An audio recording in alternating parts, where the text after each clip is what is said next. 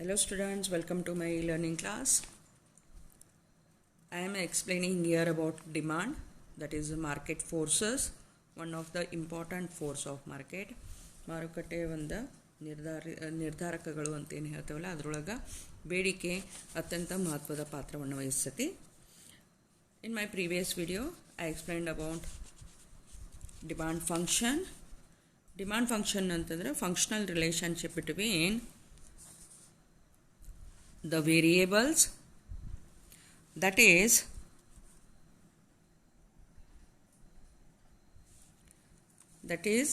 the quantity demanded with others variable such as price of the commodity, income of the consumer, price of related goods, consumer taste and preferences, advertisement, consumer expectations, etc. It becomes very important to know about the demand schedule, demand function and demand curve, because these are the ways to express the demand. ಬೇಡಿಕೆಯನ್ನು ವ್ಯಕ್ತಪಡಿಸಲು ಇರತಕ್ಕಂತಹ ಮೂರು ದಾರಿಗಳಿದಾವ ಅಂತ ಹೇಳ್ತೇವೆ. ಇವನ್ನ ಒಂದು demand function ಐತಿ, ಒಂದು ಡಿಮಾಂಡ್ ಶೆಡ್ಯೂಲ್ ಐತಿ, ಒಂದು ಡಿಮಾಂಡ್ ಕರ್ವ್ ಐತಿ. In my previous video I explained about the demand function. Today we are looking at the demand schedule. What is demand schedule and what are the types of demand schedule we are going to learn about. ಇವತ್ತಿನ ಇದರೊಳಗೆ ಬೇಡಿಕೆಯ ಅನುಸೂಚಿಯನ್ನು ನೋಡಾಕತ್ತೇವೆ ನಾವಲ್ಲೇ. Okay, then what is demand schedule? Demand schedule ಅಂದರೆ ಏನು? A demand schedule is a list of prices and quantities. It is a tabular form, ಅಂದರೆ ಒಂದು ಟೇಬಲ್ ಪ್ರಿಪೇರ್ ಮಾಡಾಕತ್ತೇವಿ to describe the relationship between quantities demanded for a goods or service in response to its price per unit. ಬೇಡಿಕೆ ಮತ್ತು ಬೆಲೆಯ ನಡುವಿನ ಸಂಬಂಧವನ್ನು ತೋರಿಸುವ ಒಂದು ಅನುಸೂಚಿ ಅಂತ ಹೇಳ್ತೇವೆ ನಾವಲ್ಲೇ. Okay, the demand schedule shows what quantity is demanded at each of these prices. ಒಂದು ಬೆಲೆಗೆ ಬೇಡಿಕೆ ಎಷ್ಟೈತಿ ಒಂದು ಸರಕಿಗೆ ಅಥವಾ ಸೇವೆಗೆ ಅಂತನೂ ತೋರಿಸೋದನ್ನು ನಾವು ಬೇಡಿಕೆಯ ಅನುಸೂಚಿ ಅಂತ ಹೇಳ್ತೇವೆ ನಾವಲ್ಲೇ. ಓಕೆ, ಅಂದರೆ ಇಲ್ಲಿ ನಾವು ತೊಗೊಳಕತ್ತ ಡಿಮ್ಯಾಂಡ್ ಶೆಡ್ಯೂಲ್ ಒಳಗೆ ಎರಡು ಚಲಕಗಳನ್ನು ತೊಗೊಳಕತ್ತೇವೆ. ಒಂದು ಡಿಮಾಂಡ್, ಇನ್ನೊಂದು ಬೆಲೆ ಅಂತ ಹೇಳ್ತೇವೆ ನಾವಲ್ಲಿ. ಎರಡು ವೇರಿಯೇಬಲ್ ತೊಗೊಳಕತ್ತೇವೆ. So all things remain constant ಅನ್ನೋ ಒಂದು ಶಬ್ದ ಏನು ಹೇಳ್ತೇವಲ್ಲ ನಾವು, ಬೇಡಿಕೆಯನ್ನು ವಿವರಿಸ್ತಿರ್ಬೇಕಾದ್ರೆ ಉಳಿದ ಚಲಕಗಳು ಸ್ಥಿರವಾಗ್ಯದಾವ ಅಂತ ಹೇಳಾಕತ್ತೇವಿ. While all non price variables remain unchanged ಅಂತ ಹೇಳಾಕತ್ತೇವೆ ನಾವಲ್ಲಿ. ಏನು ಹೇಳ್ತೇವೆ ನಾವಲ್ಲೇ?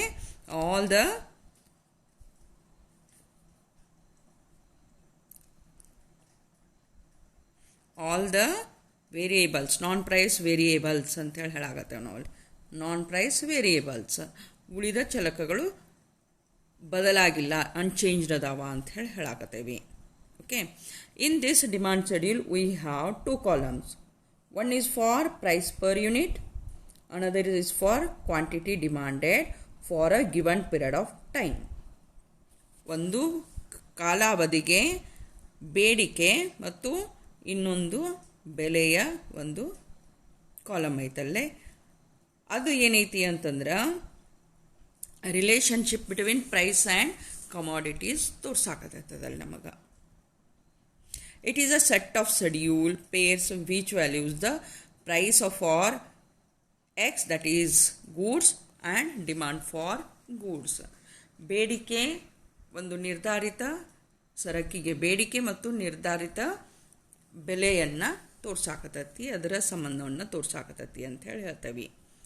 There are two types of demand schedule. Demand schedule ಒಳಗೆ ಬೇಡಿಕೆಯ ಅನುಸೂಚಿ ಒಳಗೆ ಎರಡು ರೀತಿ ಅದಾವೆ. ಒಂದು individual demand schedule, another is market demand schedule. So first we are here looking at individual demand schedule for a commodity X, for a individual A. ಒಬ್ಬ ವ್ಯಕ್ತಿಗೆ ಒಂದು ಸರಕಿಗೆ ಆದಂತಹ ಬೇಡಿಕೆಯ ಬಗ್ಗೆ ಇರತಕ್ಕಂಥ ವಿವರಣೆಯನ್ನು ನೋಡಾಕತ್ತೇವೆ, ಅದರ ಅನುಸೂಚಿಯನ್ನು ನಾವು ನೋಡಾಕತ್ತೇವೆ. An individual demand schedule shows the demand of an individual for a commodity at various prices. ಬೇರೆ ಬೇರೆ ಬೆಲೆಗೆ ಆದಂತಹ ಬೇಡಿಕೆಯನ್ನು ತೋರಿಸಾಕತ್ತೈತಿ, ಒಬ್ಬ ವ್ಯಕ್ತಿಯಿಂದ ಆದಂತಹ ಬೇಡಿಕೆಯನ್ನು ತೋರಿಸಾಕತ್ತೈತಿ ಅಲ್ಲಿ. It is not say that what price is, it only says what amount would be bought at different possible prices. ಬೆಲೆ ಇಷ್ಟಿರ್ತೈತಿ ಅಂತೇಳಿ ಹೇಳಾಕತ್ತಿಲ್ಲ ಈ ಅನುಸೂಚಿ. ಆದ್ರೆ ಈ ಬೆಲೆಗೆ ಇಂತಿಷ್ಟು ಕಮಾಡಿಟಿಯನ್ನು ಖರೀದಿ ಮಾಡ್ಬೋದು ಗ್ರಾಹಕ ಅಂತ ಹೇಳಿ ತೋರಿಸ್ಕೊಡಾಕತ್ತದಲ್ಲಿ. That means the individual demand schedule indicates that there is an inverse relationship between the quantity demanded and price of commodity. ಈ ಇಂಡಿವಿಜುವಲ್ ಡಿಮಾಂಡ್ ಶೆಡ್ಯೂಲ್ ಏನೈತಲ್ಲ, it is showing the inverse relationship between price and quantity demanded. Inverse ಅಂದ್ರೆ ವಿರೋಧವಾದ ಒಂದು ಸಂಬಂಧ ಅಂತ ಹೇಳಿ ಹೇಳ್ತೇವೆ ನಾವಲ್ಲೇ. What we are saying here, inverse ಅನ್ನೋ ಶಬ್ದ ಯೂಸ್ ಮಾಡಾಕತ್ತೇವೆ ನಾವಲ್ಲಿ. ಓಕೆ, ಇನ್ವರ್ಸ್ ಅಂದ್ರೆ ಏನು ಹೇಳಾಕತ್ತೇವಿ, ವಿರುದ್ಧವಾದದ್ದು. ಅಂದ್ರೆ ಬೆಲೆ ಹೆಚ್ಚು ಹಾಕೋತ ಹೋತು ಅಂತಂದ್ರೆ ಕಮಾಡಿಟಿ ಡಿಮಾಂಡೆಡ್ ಏನೈತಲ್ಲ ಅದು ಇಳಿಕೆಯನ್ನು ಕಾಣಾಕತ್ತಲ್ಲಿ. ಬೆಲೆ ಕಡಿಮೆ ಆಯ್ತು ಅಂತಂದ್ರೆ, ಕಡಿಮೆ ಇತ್ತು ಅಂತಂದ್ರೆ ಬೇಡಿಕೆ ಏನೈತಿ ಹೆಚ್ಚಿಗಿರ್ತೈತಿ. ಇದನ್ನು ಇನ್ವರ್ಸ್ ರಿಲೇಷನ್ಶಿಪ್ ಅಂತೇಳಿ ಹೇಳ್ತೇವೆ ನಾವಲ್ಲೇ. ಇನ್ವರ್ಸ್ ಅಂದರೆ ಏನು ಹೇಳಾಕತ್ತೇವೆ ನಾವಲ್ಲೇ, ಒಂದು ವಿರುದ್ಧವಾದ ಸಂಬಂಧ.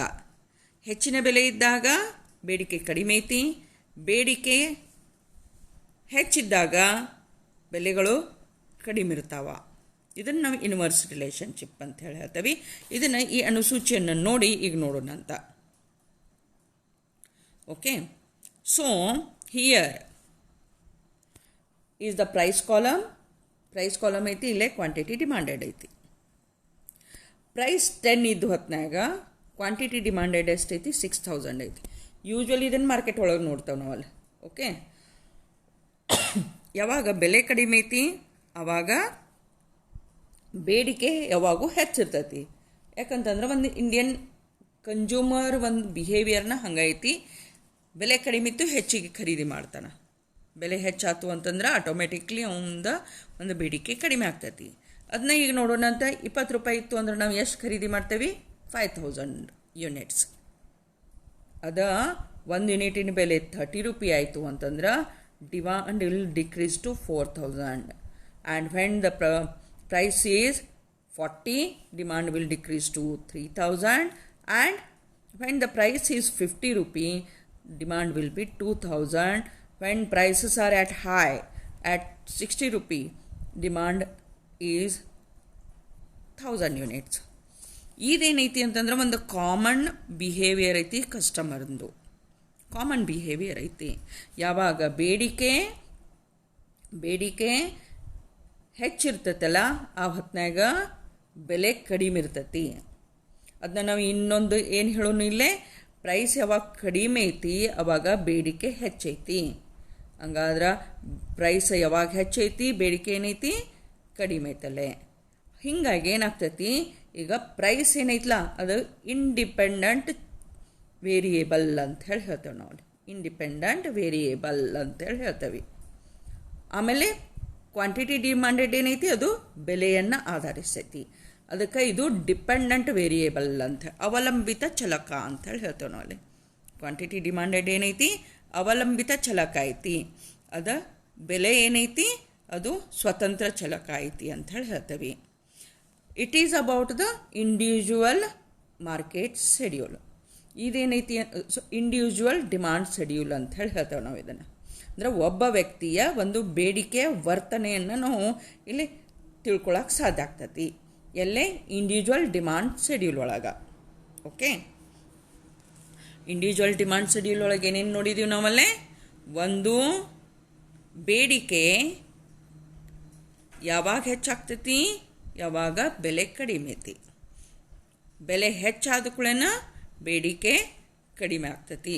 ಅದಕ್ಕೆ ನಾವು ಏನಂತ ಹೇಳಿದೀವಲ್ಲೇ, ಬೇಡಿಕೆ ಮತ್ತು ಬೆಲೆಯ ಒಂದು ಸಂಬಂಧ ವಿರೋಧವಾದ ಒಂದು ಸಂಬಂಧ ಐತಿ ಅಂತ ಹೇಳ್ತೇವೆ. ಇದನ್ನು ಈ ಮಾರ್ಕ್ ಮುಖಾಂತರ ನೀವು ಅಂಡರ್ಸ್ಟ್ಯಾಂಡ್ ಮಾಡ್ಕೊಂಬಿಡ್ರಿ ಅಲ್ಲೇ.